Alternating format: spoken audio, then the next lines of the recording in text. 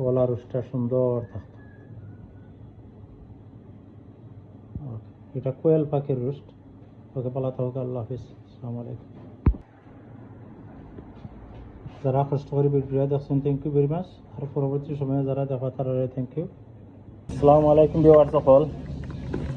আজকে পাখি দিয়া রোস্ট বানাইমো।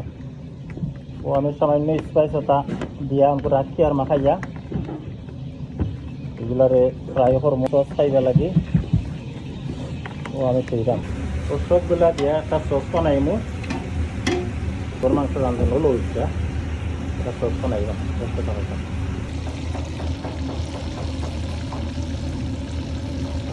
ভিউয়ার সকল সসটা বানাই লিছি।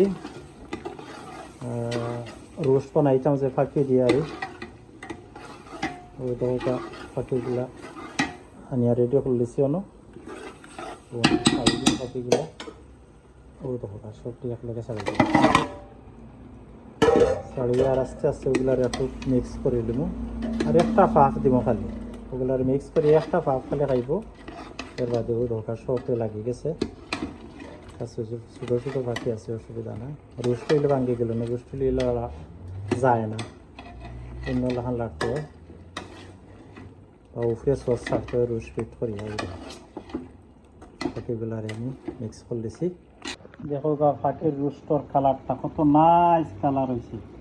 পাখির রোস্ট দেখো ইনশাল্লাহ ওলা বানাইয়া খাইবা আপনারা। ভেরি নাইস, আলহামদুলিল্লাহ আলহামদুলিল্লাহ, ভেরি টেস্টি হইব ইনশাল্লাহ।